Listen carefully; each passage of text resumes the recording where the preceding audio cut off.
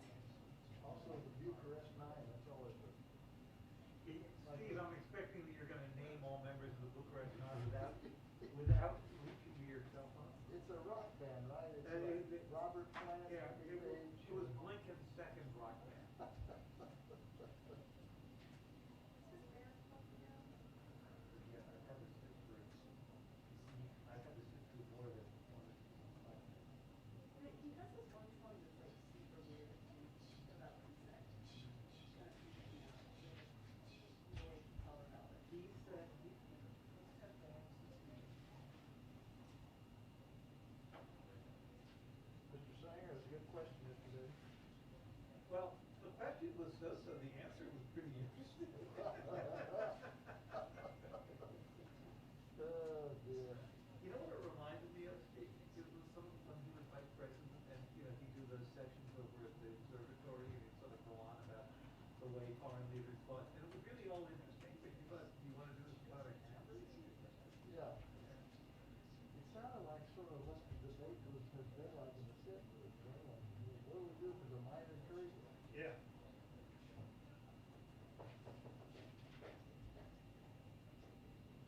Actually, I asked Jen about that, but I actually thought that the cleanup statement did more damage than the statement.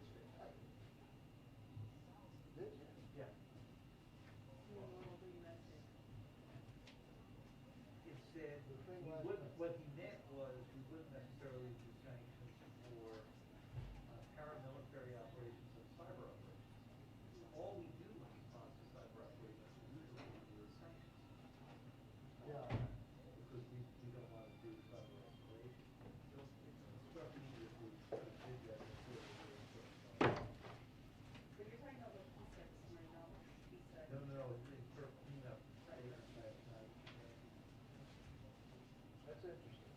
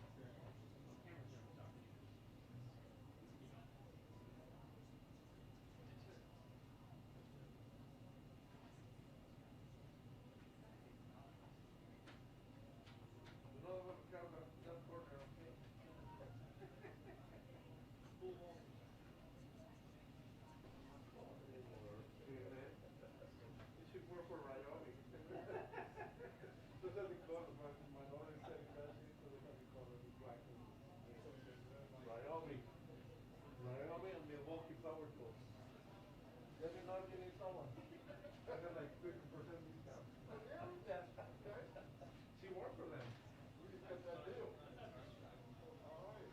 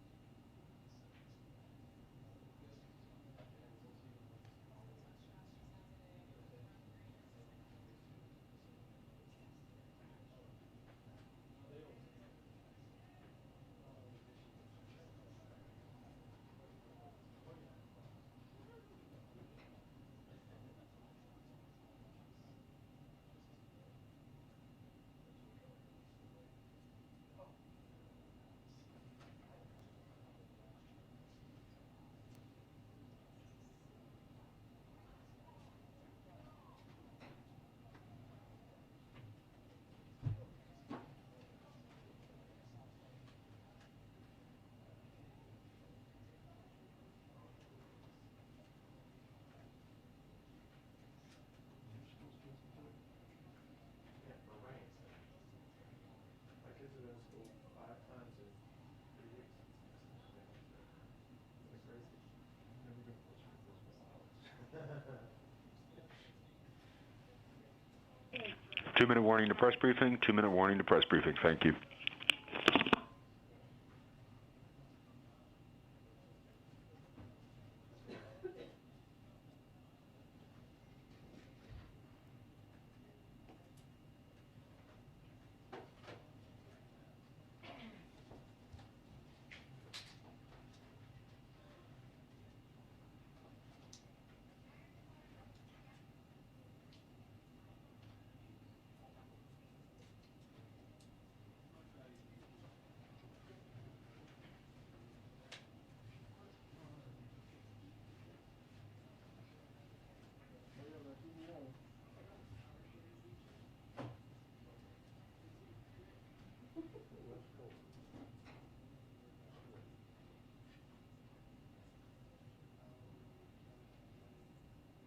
West Coast. It's Tennessee, something like. Yeah.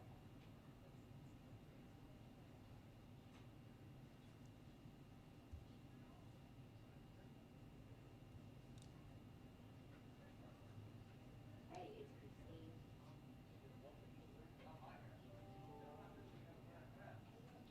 I am on, the text stand. Oh, believe you me, buddy. Just wait till some warm summer days and heat up. Cuts for pool, yeah.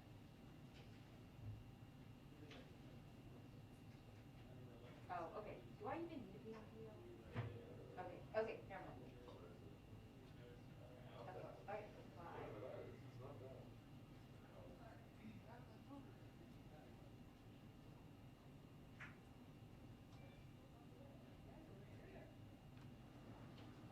Hi, everyone. Hello. Happy 1-year anniversary. Time flies. I'm sure it has for all of you. Okay. I don't have anything at the top, so let's kick off with your questions. Okay, thank you. Just a couple of questions about yesterday. Sure. The president said one of the things that's been clear to him is the public doesn't want to see him be president's senator. And I was just wondering, does that mean he plans to step back from negotiations on the Hill going forward?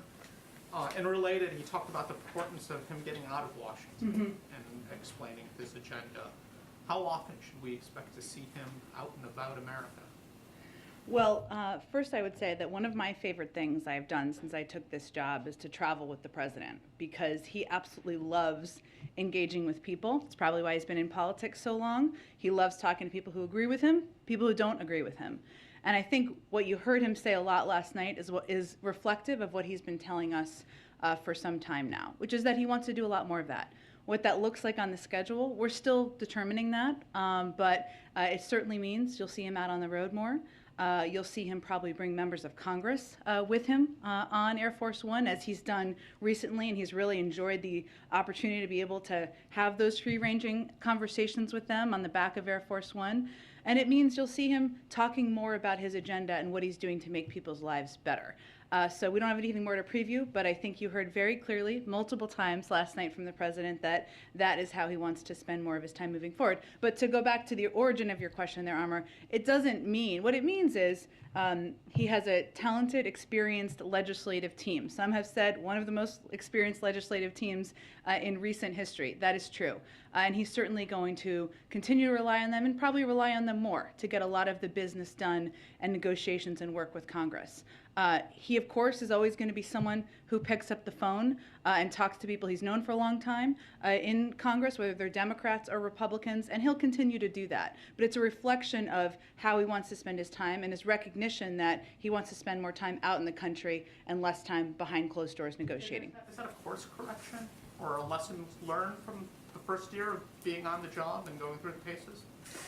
I wouldn't put it exactly in those terms. I would say that it's a reflection of how our own of his view, which we share, of how we can best use his time. And there's nothing more valuable than the president's time. But it also means bringing members of Congress with him on the road sometimes, having them listen to the American people, people who agree with them and don't agree with them. COVID obviously has posed some challenges, but that's what it's a reflection of. The second thing I wanted to ask about yesterday was President Biden said the midterm elections, quote, easily could be illegitimate. Is he predetermining that the November elections are going to be suspect? Well, I talked to the president about this last night and this morning. He was not intending to cast doubt on the legitimacy of the 2020 election. He was actually attempting to make the opposite point, which is that in 2020, despite COVID, despite many attempts to suppress the vote, a record number of voters, Democrats and Republicans, independents too, turned out in the face of a pandemic, and election officials made sure they could vote and have those votes counted. He was also explaining that the results would be illegitimate if states do what the former president asked them to do in more than a half a dozen states in 2020, after the 2020 election, toss out ballots and overturn results after the fact. And his view is that one of the most important roles we can play now is informing and educating the public on what these laws are, on efforts to suppress their vote, and even beyond the laws, efforts in different states across the country to make it more difficult for them. Go ahead, Phil. Thanks, Jen. Just to follow up on that, the president said, predicted that something would get done on the electoral reform side. Senator Manchin said today that he had spoken with the president about the bipartisan effort that's going on related to the Electoral Count Act as well. Is the president getting behind that effort? Are you guys involved in that effort? How do you see that effort playing out, given kind of when he gets that effort earlier through the context of the John Lewis Act? Well, we've never been against it. We just have always wanted to be clear that it was not a substitute for voting rights legislation, which some, I think, were attempting to project. And so, especially as we were working to get the John Lewis Voting Rights Act across the finish line and the Freedom to Vote Act, which do very different things, right? I mean, than the Electoral Count Act. The Freedom to Vote Act creates standards for voter access and voter registration, outlines criteria to make redistricting less partisan, and strengthens campaign finance laws. The John Lewis Voting Rights Advancement Act establishes a new pre-clearance process to ensure that certain states and jurisdictions need approval from the Department of Justice before moving forward with changes that impact voting rights. The Electoral Count Act does something entirely different. So I think our point is it's not a replacement for. But certainly the president is open to engaging with, talking with, as we are, even though it's not a substitute, Republicans and others who are interested in moving forward.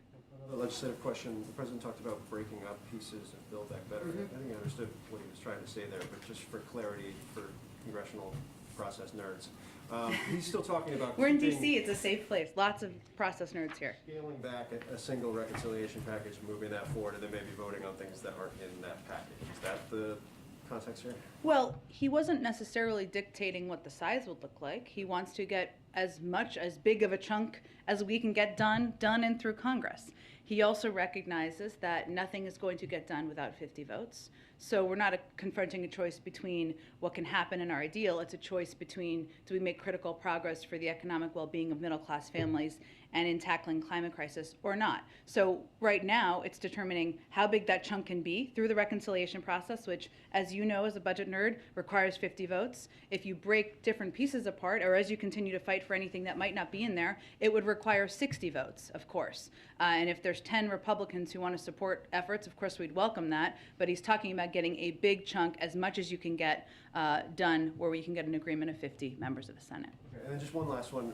We've seen the president's statement, the tweets, and your statement last night. Has there been any communication directly to Ukrainian officials to address any of their concerns that they had after the press conference? We have been in touch at a high level with Ukrainian officials and leaders. As you may know, Secretary of State has been in Europe. He was meeting with Ukrainian officials a couple of days ago, European leaders earlier today, and he's meeting with his Russian counterpart tomorrow. So we have been in touch at a high level. They certainly understand from those conversations what the president meant. And you saw the president make a statement or convey clearly his point of view this morning, which is reflective of exactly what he said, most importantly to President Putin. Go ahead. Jen, just to make it very clear, has President Biden spoken to President Zelensky since his comments yesterday? He has not. He has spoken with him a couple of times, as you know, in the last month, but we have spoken at a very high level, but below the president. Let me ask you if I can follow up on the questions about voting rights and the integrity of the election. You said the president's intention was not to cast doubt on the upcoming midterms, but when a reporter followed up, the president said to him, "I'm not saying it's going to be legit. The increase in the prospect of being illegitimate is in direct proportion to us not being able to get these reforms passed." So yes or no, does the president believe, if all remains as it is right now, that the elections this fall will be legitimate? But what the point he was making is that as recently as 2020, as we know, the former president was trying to work with local officials to overturn the vote count and not have ballots counted. And we have to be very eyes wide open about that and clear-eyed that that is the intention potentially of him and certainly of members of his party. So to be clear, the president is satisfied, even if, because yesterday obviously voting rights hit a wall in Congress right now without the votes for the filibuster rules to be changed, and given the conversation you just had about other avenues that could be taken, if there are no changes in terms of voting rights legislation going forward, the president does still feel confident that the elections this fall will be legitimate? Yes. Go ahead. Thank you, Jen. Just following up real quick on this legislative stuff. Yesterday, the president blamed Republicans for blocking his agenda, called them obstructionist, but he admitted that he hadn't reached out to any on the issue of voting rights. So now, given where things stand with these two bills, will he be reaching out to any Republicans, seeing that this bipartisan effort on the Electoral Count Act might end up being the only game in town on that? Well, we don't accept that, but I will also say that there has been discussions between Democrats and Republicans for months now about voting rights legislation. They have been invited multiple times, a part of the conversation, reached out to, engaged with.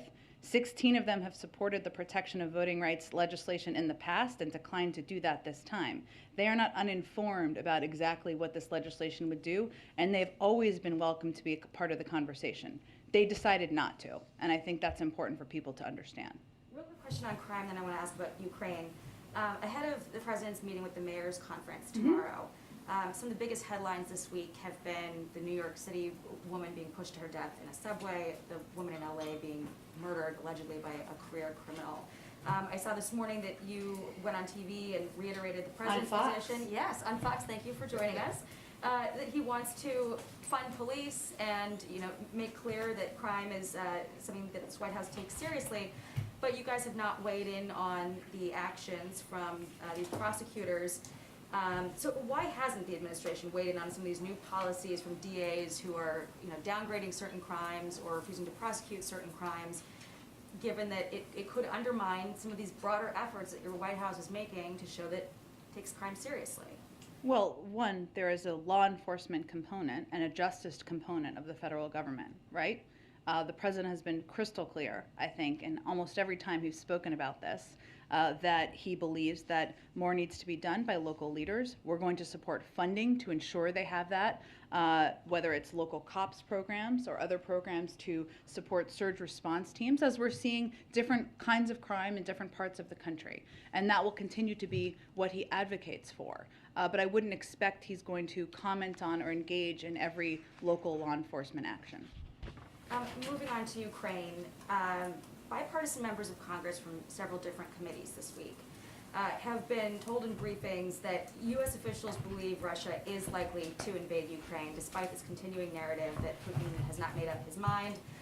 They're saying that satellites, signals intelligence, and human intelligence is all telling the same story. What they're seeing and hearing is about to happen. And the president's comments last night seemed to corroborate that to a certain degree, where he said, "My guess is Putin will move in."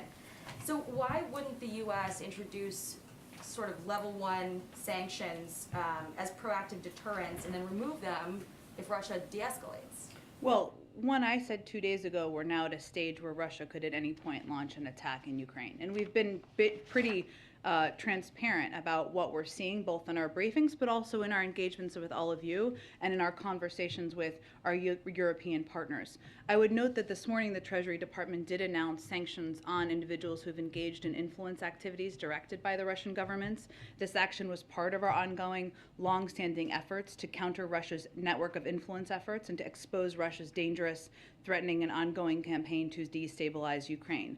These individuals are at the heart of Russia's destabilizing campaign in Ukraine, and we stand united with the Ukrainian government. We are not waiting to take action to counter Russia. We see what they're doing. We are disrupting it.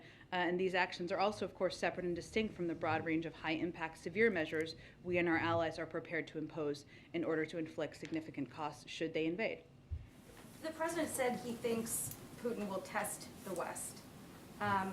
Isn't that in some way already happening? And why are we spending this time debating what to do after an invasion rather than mitigate the risk of one in advance of that happening, especially because this buildup is already causing economic consequences for the U.S., having to send additional aid?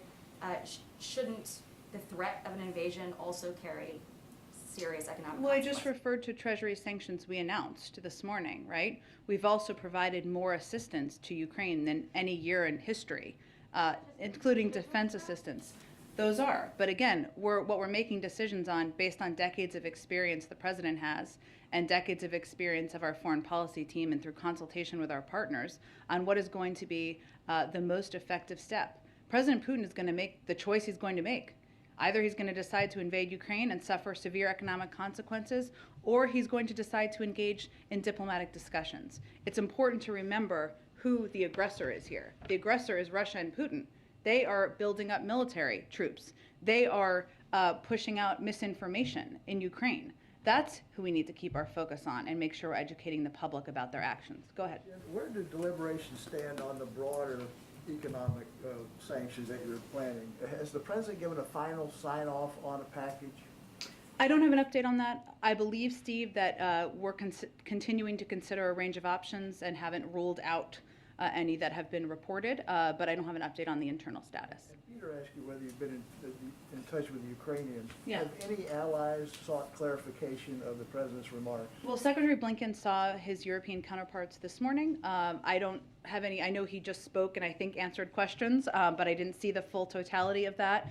But certainly he reiterated what you heard the president say this morning, what the president has also conveyed directly to President Putin. And we have been in such close contact, I think over 100 engagements over the last several weeks with our European partners and counterparts, with our NATO partners, with the OSCE, with the EU, to make sure we're working in alignment and in lockstep about how we're going to approach any actions President Putin takes. The President talked a little bit about the possibility of another summit with President Putin. What about a phone call over the next few days just to try to fix things?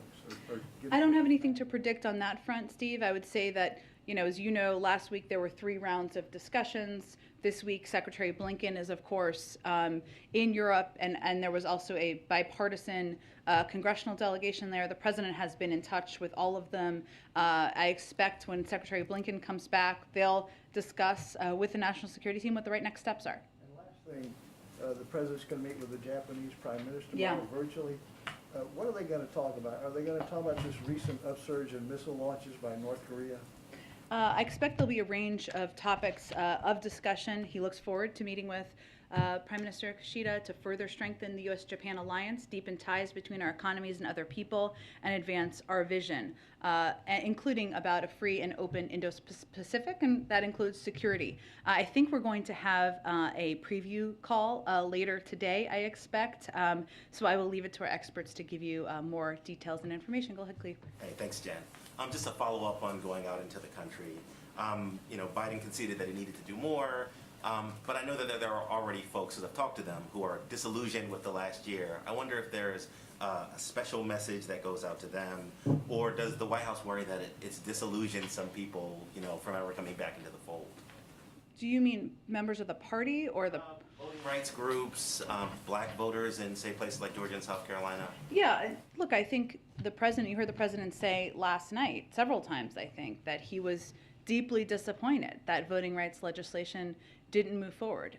You've also heard him say, and he would repeat this to advocates who have been fighting so hard since the 2020 election, that he's going to fight until his last breath to ensure there is voting rights legislation that passes. I know today marks 1 year, but that does not mean our work is done. Nobody's packing up their bags. We are continuing the fight and continuing the work ahead. So that's what he would convey to those advocates. I think what you will see him do, and again, I don't have anything, I know Amar asked about this, is be out there doing what he's done for many decades, and people have covered him for a long time know he loves engagement. I've never seen anyone who likes a rope line or a photo line as much as he does, having conversations with people, and some of them may be people who care deeply about voting rights, some of them may be people who care deeply about their small business or healthcare, or whatever it may be, or maybe a combination of all of those things. Has the White House had any conversations about an executive order that would do what H.R. 40 does, the one that would study reparations? I can check on that and see if there's anything to update you on. Go ahead. Thank you. I'm Gerald DeLay from Bloomberg. Yes, Gerald, how are you? Good to see you again. Good to see you. When will the White House engage in new talks with Senator Manchin on Build Back Better? Last night he told reporters that no one has contacted him. Well, I think as I've said here before, we are not going to read out or detail all of our engagements with every senator, including Senator Manchin. And we are in touch with every senator at a senior staff level. That is true, but of course he's a key part of getting legislation across the finish line, and you heard the president convey his desire and interest in doing exactly that. Will a new Build Back Better proposal be forthcoming without the expanded child tax credit? I'm not going to prejudge what it's going to look like. The president proposed an extension of the child tax credit because it's something he very much believes in. It helped cut childhood poverty by 40% last year. That's significant. It helped a lot of families get them some breathing room, help them make ends meet. But again, what the president knows is that there is agreement in Congress among Democrats about a couple of things. Doing more to lower costs, lowering costs for child care, for health care, negotiating with on prescription drugs, and we got to figure out what we can get in a big chunk of a package to get it across the finish line, but I'm not going to negotiate from here. Go ahead. Thanks. I have questions today on East Asia and also on Iran. Okay. Starting with East Asia and the upcoming U.S.-ASEAN summit. Mm-hmm. Can you just talk a little bit about how important ASEAN is for U.S. policy in the region and how you view specific ASEAN members in those goals, in the context of those goals? Well, I think what you've heard the president talk about before as it relates to how he was going to approach, and even if we reflect back on the first year, rebuilding our partnerships and alliances, and some of those are through pre-existing structures like ASEAN, some of them are through direct bilateral relationships, has been a priority for the president from the beginning, because he thinks it will strengthen our objective of advocating for human rights, for global security, and for even working in conjunction to address big global problems, right? Like the global economy or the COVID crisis. In terms of the exact agenda, I don't have the details of that yet. I'm sure we will preview it as we get a bit closer. But it's another opportunity for him to have conversations about how we can work together and how we can rebuild a lot of the relationships that were destroyed over the 4 years prior to him. Well, then quickly on China before I move on to Iran. The president said yesterday that he's not ready to lift tariffs on Chinese imports, but the Chinese Ministry of Commerce fired back and said that if he were to do so, it might ease inflation and make things easier for both manufacturers and consumers in China and in the U.S. Is that a tool that he might consider to fight inflation? Well, we are undergoing a review of all of these and looking at how they impact different industries. That effort is being led by Ambassador Tai, as you know. Some of them have not hurt industries, some of them have, and we're certainly, but I don't have anything to preview on that front. It's really being led by Ambassador Tai. And then finally, on Iran, the president was quite optimistic yesterday. What is the source of his optimism? Has he received any assurances from Iran's supreme leader? And is the U.S. planning to deliver on the guarantees that Tehran is seeking?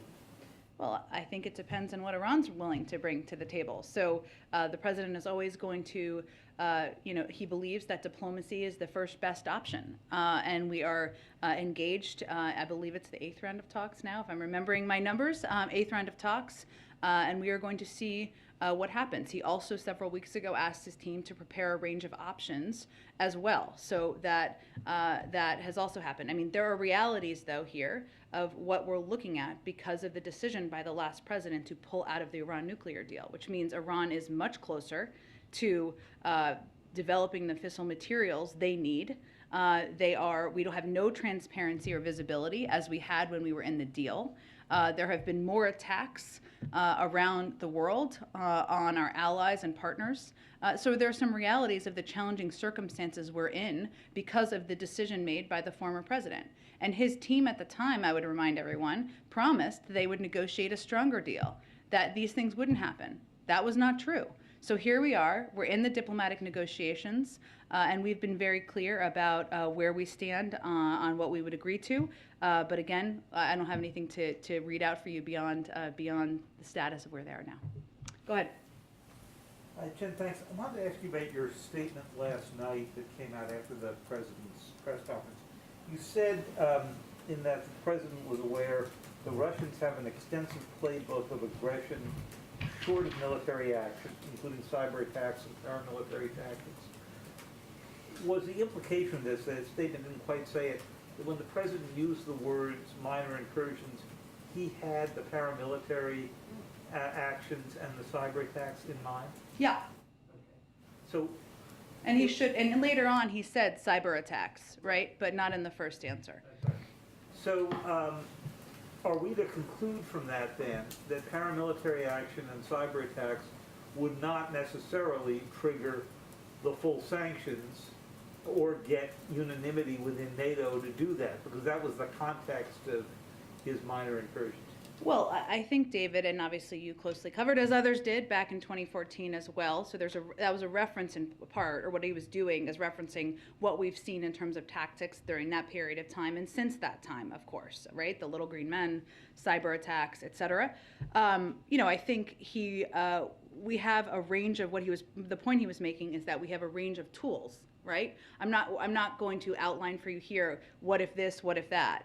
I think what should be clear to everyone, and I think he was very clear on this morning, is that if President Putin decides to invade Ukraine, if they move military troops, across the border, that's an invasion, and there will be severe economic consequences. We also know that we need to be prepared for a range of scenarios, and we have a range of tools and tactics. at our disposal. Obviously, we just announced sanctions this morning, and they have not invaded. So I'm not going to parse more than that, other than to convey that we've seen them use a range of tools.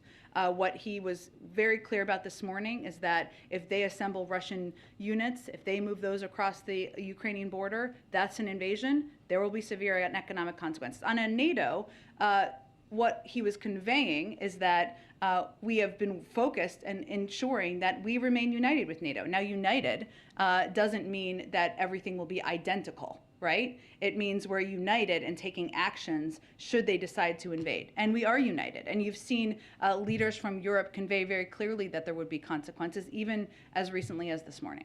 I guess, this is the last one on this, but where I'm headed is, for 5 or 6 years, even back to when you were in the Obama administration, you may recall there's been an effort to try to bolster particularly cyber deterrence by not making a distinction between what you could do with a cyber attack and what you could do with a physical attack. And obviously the Russians have turned off the power in Ukraine twice, in 2015, 2016. They messed with an election in Ukraine before they came here. So I'm just trying to figure out if the president's trying to make a distinction that we would use lesser forms of penalties for cyber attacks or paramilitary action than we would for going over the border. In other words, are we diminishing what over the years two or three administrations have tried to build up in that sphere?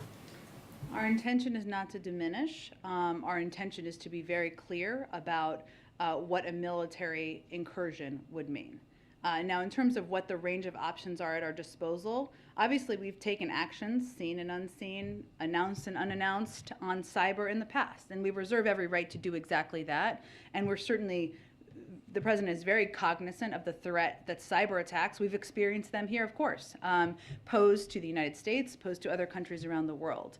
But I think it was to provide clarity and directness on what he conveyed directly to President Putin. Go ahead. Hey, Jen, 2 questions on the president's remarks about Ukraine. Mm-hmm. One, President Biden has repeatedly said the words of a president matter. So why isn't he more careful with his remarks? Well, I think the president gave nearly 2 hours of a press conference last night. What we conveyed last night and this morning, was exactly what he's conveyed to President Putin. And I think what's important to the American public, and tell me if you agree or disagree, is what the president's positions are and what he means. And that's exactly what he provided directly this morning. But you had to go on Fox News to clarify. I was already planning to go on Fox News, looking forward to it, in fact. Take the time to send out the tweets, do the media appearances. Does that Doesn't take long to send out a tweet, promise you. Does that take away from but does that take away from the administration's ability to send a consistent message to international allies and the American people? I can assure you that our allies and partners know exactly what the president's position is. They knew what it was yesterday. They knew during the press conference. They knew after the press conference, because we have been engaged closely and working in lockstep with them for weeks on the rising military incursion or threat posed by Russia. So they know exactly where they stand. They always have, and they certainly do today. Go ahead. Hi, Jen. 2 questions. First, on what's ahead. I attended the GOP House leadership press conference today on Biden's 1 year. Oh boy. And, did they have lots of good stuff to say? Well, Minority Leader Kevin McCarthy rejected the idea that the president floated yesterday that Republicans are blocking his agenda. He said the White House has not approached them about his agenda outside of infrastructure. What's your reaction to his words that you're not working with Republicans? And what's the pathway forward for his larger agenda items if there is going to be a breakup of Build Back Better? I would say that if Mr. McCarthy wants to come over here and have a constructive conversation about more we can do together to put people back to work, to protect people from the virus, to put in place more smarter security measures at the border, we'd be happy to have that conversation. I don't think that's a comment he made that's entirely on the level, given we certainly have engaged with Republicans across the board. The President of the United States himself has, and so I don't think that really bears out in fact. Well, to his point, though, the administration, or Senate Democrats at least, Democrats, however, proceeded with Build Back Better through budget reconciliation. They approached it with the intent that they would need only Democrats to get that agenda done. Again, for this question, looking at chunks, what's the bipartisan plan moving forward? Well, look, in the history of reconciliation and the use of it, it's been bipartisan about 20 times. You can't, it's not the rule you can't vote for it if you're from the other party. That's not the rule at all. And if anyone's telling you that, that's not true. I would say that what's perplexing to us, and maybe somebody asked Mr. McCarthy this or not, is are Republicans now against negotiating lower prescription drug prices? Are they now against lowering the cost of childcare? Are they now against lowering the cost of elder care? I mean, if they allow us to claim all of those things on the Democratic side, we'll take them. But it is a little perplexing that they would allow for us to own all of the ground on that. One last question from our Hawaii Bureau. I don't think the administration has spoken on this yet, but has the president been briefed about the oil spill and what's the action to address that? I can check with our team. I believe he probably has been briefed on it, but let me check with our team and see if we can get you an update after the briefing. Go ahead, Alex. Thanks, Jen. 3 questions, if you can humor me. First, in response to my colleague on crime, you said local leaders, more needs to be done by local leaders.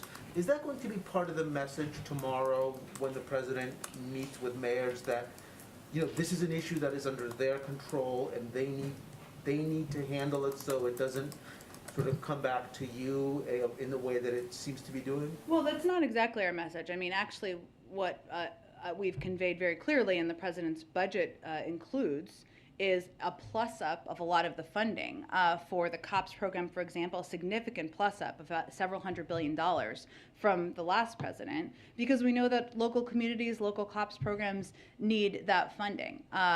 There's different crime challenges in different communities. It is important for local leaders to step up if they see crime in their communities. There's a lot the president will discuss with the mayors tomorrow. I haven't had a chance to look at the remarks yet and see if that's a part of it. Second question, there's a conversation brewing that I'm sure you're aware of about the direction of the Democratic Party, and it's no longer just sort of confined to the Substack discontents.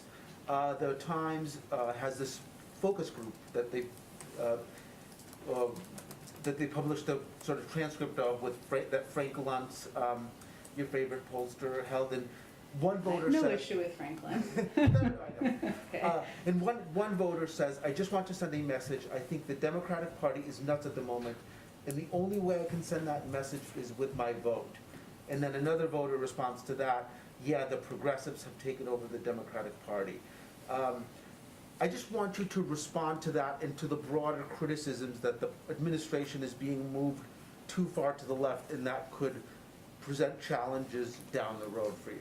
Well, I'm not going to respond to individual people in focus groups, but I will tell you that the president's view and our view is that his agenda is one that is broadly popular in the country among many progressives, but also among many moderates and, frankly, many Republicans who are maybe not sitting in this zip code, but are members of the public writ large. And that's because negotiating the price of prescription drugs is something people think is long overdue.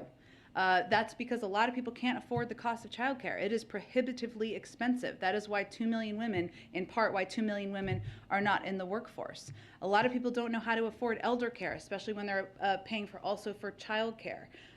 People don't know how to get universal pre-K for their kids, or they can't afford to do it. They put them in daycare, making them less likely, by data, less likely to graduate from college. Those are things that are American issues. They're not Democratic or progressive issues. And his agenda is broadly popular across the spectrum. We also know that that there are challenges that the American people is going through a lot right now. And we've talked about this before, but obviously we're at a point where we're still fighting a pandemic. We didn't think we'd still be there. That's frustrating to people, no matter what wing of the party or whether you're a Republican. It's frustrating to everybody. We certainly understand that, and we know that's why we need to focus on getting the pandemic under control and continuing to address costs. That actually gets to my final question, and I appreciate being able to ask Sure. all three.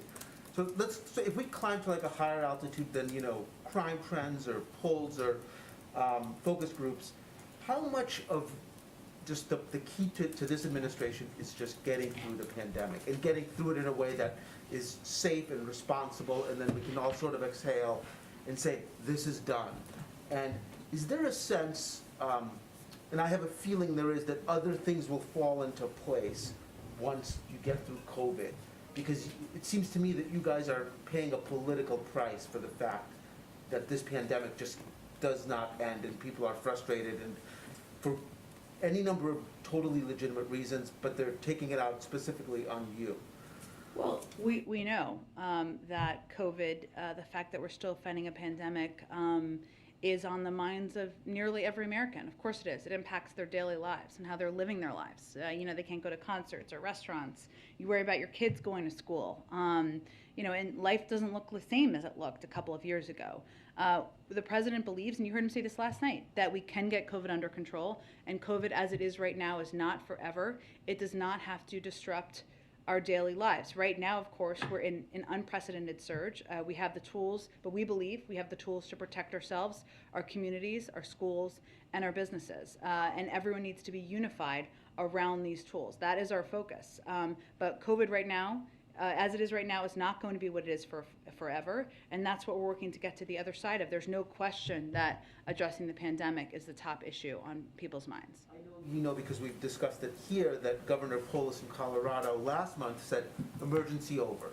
Is there a sense that a similar message from the president could, I guess, sort of help with the sense that we are progressing, even if we are clearly still in a pandemic? But some people thought Polis's message was irresponsible, but others celebrated it, and I wonder what you make of that shift in tone from a fellow Democrat. Well, I think the President of the United States has a responsibility not to make that statement until the data and the science backs it up. And when it does, he'll be eager to make that statement. I would note that Colorado still receives a range of federal assistance to ensure that people have tests, masks, vaccines, and so that's still part of how they're working to address the pandemic. Go ahead in the back. If I could go back to Ukraine for Sure. a moment. When he made those comments yesterday about the minor incursions, he said something along the lines that those types of minor incursions would require some more discussion with allies as to whether or not to respond to them. He did say this morning that there was a wide range of options to respond. How much of agreement is there, if we're putting aside full-blown invasion, how much of an agreement is there between allies and the United States as to whether or not to respond, and how, what type of response should be there?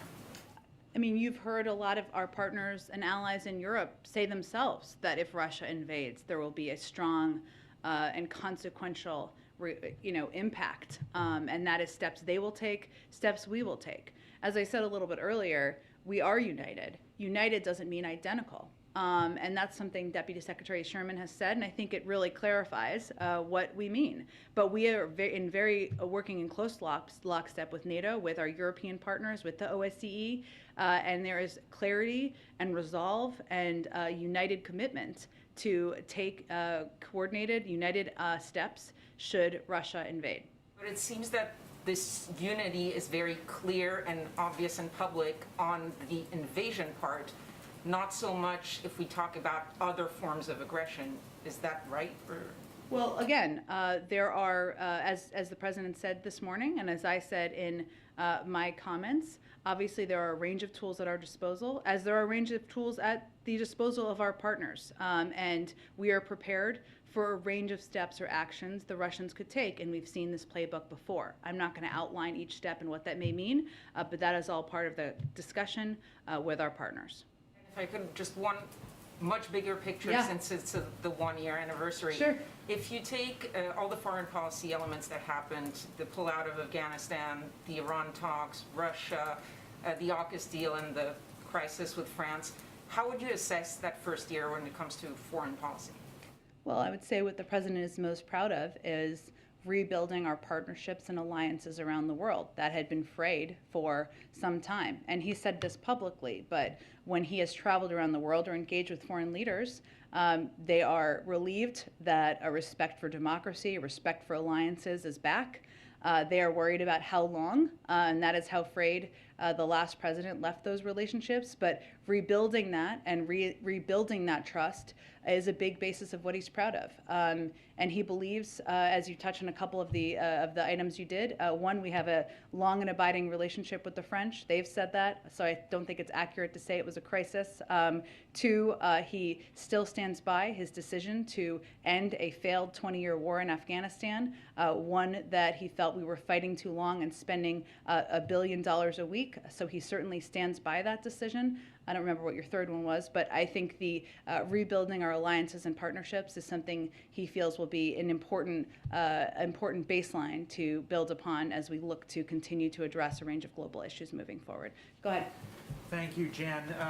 Two questions. First, on the pandemic, obviously the billion tests that have been ordered, the deploying of the mask reserve, so to speak, all these things, and probably the need for more orders of therapeutics or the various treatments that are coming online, all of this is going to cost more money. There's been some dispute or question as to whether or not there's another request coming from OMB and whether or not there's any sort of unusual supplemental funding that's going to be needed. Is there any update on where that stands and when we may see anything on that front? Well, as Speaker Pelosi said last weekend, and we agree with this, we're never going to let resources stand in the way of addressing the pandemic. I think I paraphrased that. It was different words, but you get what I'm saying. And that remains the case. We have what we need to fight this moment in the crisis, but we have continued discussions and engagements with Congress about what we may need. And part of what we've done to date is make sure we are not just preparing for the moment, but we are ahead. Right? So if you look at even the order of the antivirals, we knew that once those pills were approved, they would be a game changer. We worked to expedite the process by several months, and we made a huge order. So we are always looking ahead to see how we can ensure we are prepared and have what we need as often as we can. But I don't have anything specific to preview for you in terms of a request. On a completely different topic that I don't think has come up here yet today, a federal grand jury in Indiana yesterday indicted a man for the murder of a police detective who was part of an FBI task force. The charges that the individual was indicted on would be eligible for being a federal capital case, and I am wondering whether or not the president, given his position on the death penalty, intends to intervene in any way regarding the Attorney General's decision on whether or not to pursue that as a capital case, or whether that is up to the discretion of the Justice Department. Well, it's always up to the discretion of the Justice Department, but the president's view on the death penalty is well known. As you know, the Justice Department is undergoing a review, which is, I have nothing to preview on. They can speak to that in the status. Okay, thanks everyone. Did the president make any observation about the news conference? Is he going to do more? What do you think? Stay tuned, Steve. Buckle up, bring snacks next time. Did he think it was long enough? Record breaking, many records broken. Job creation, press conference length, Thanks everyone.